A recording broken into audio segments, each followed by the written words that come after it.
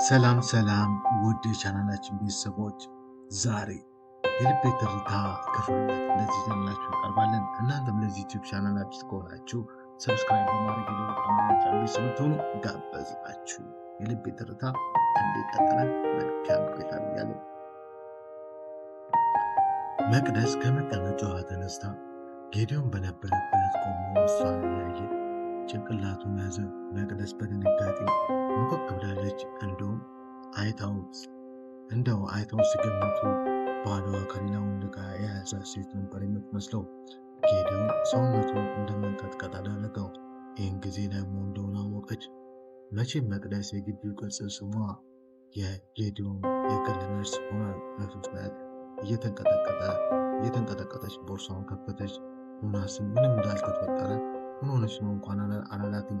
ምክንያቱም ጌዲዮንን አይቶታል። መቅደስ ቦርሳዋን ጠረጴዛ ላይ ዘረገፈች። ይህን ጊዜ ዮናስ ብዙ ሴቶች ወደ እሱ ያዩ ስለነበር ሸም ያዘው። ለመነሳት አቃጣው። መቅደስ በሚወተበት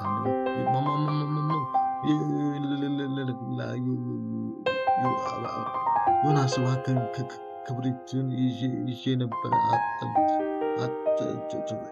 ዮናስ ከቦርሳዋ ከዘረገፈችው እቃ ወደ ክብሪቱ ያመለከተ ያውልሽ አላት። መቅደስም ክብሪቱ ልታነሳ ስትቸኩል የብርጭቆ ጁስ ላይ እጇ አርፎ ደፋችበት። ዮናስን በጣም ጮኸ፣ ግን አልሰማችውም። ይቅርታ ሳትለው ክብሪቱን ይዛ ወደ ጌዲዮን በረረች። ከዚያም ህመሙ ሳይብስበት ክብሪቱን አጫጭሳ ሰውነቱን አረጋግታው ደግፋ ከወንዶች ማደሪያ በር ላይ አድርሳው ተመለሰች። አድርሳው ስትመለስ ዮናስ ወደ ማደሪያው እየሄደ ተከታተለ። ከዚያም በጣም ይቅርታ አለችው። በእርግጥ በሰዓቱ ስትደፋበት ብዙ ሴቶች ቢስቁም የለበሰው ቲሸርት ሲያወልቅ ግን እንኳን ገባችበት ያሉት ብዙ በዝተዋል። የዮናስ ደረት ላይ ያሳሳል። ለነገሩ ምን አለበት ከትምህርቱ ይልቅ ለሰውነት ቅርጽ ሲል ስፖርት የሚውለው አዳሩም እዚያው ነው።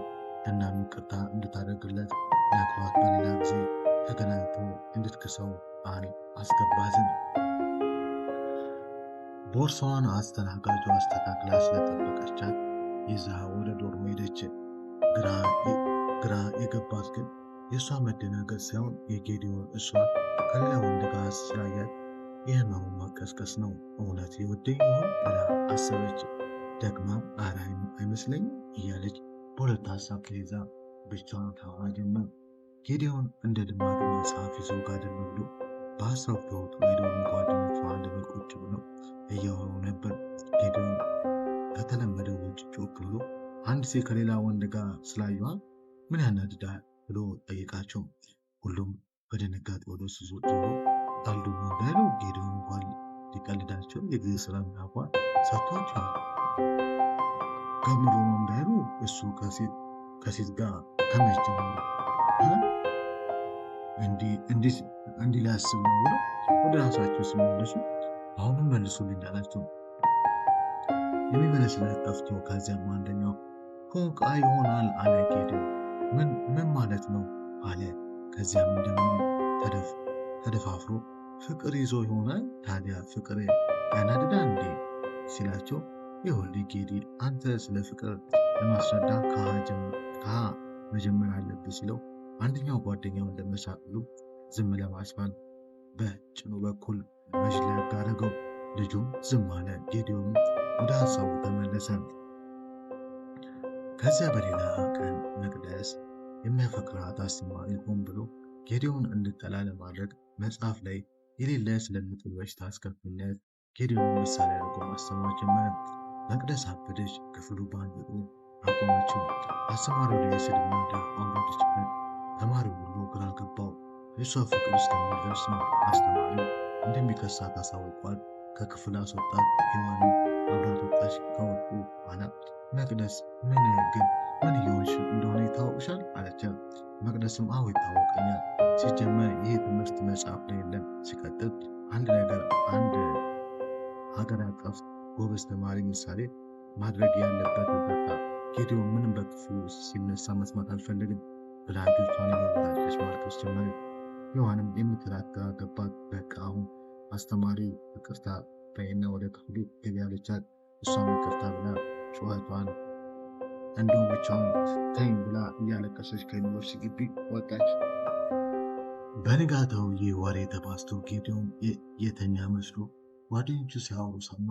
ጌዲዮን ምንም ሳይል ከመኝታው ተነስቶ ወደ ሴቶች ማደሪያ ዶርም በር ላይ ብርሃንን አገኛት። ከዚያም መቅደስን ጥሪልኝ አላት። ብርሃንን በፍርሃት እየተንቀጠቀጠች ወደ ዶርም ሮጠች።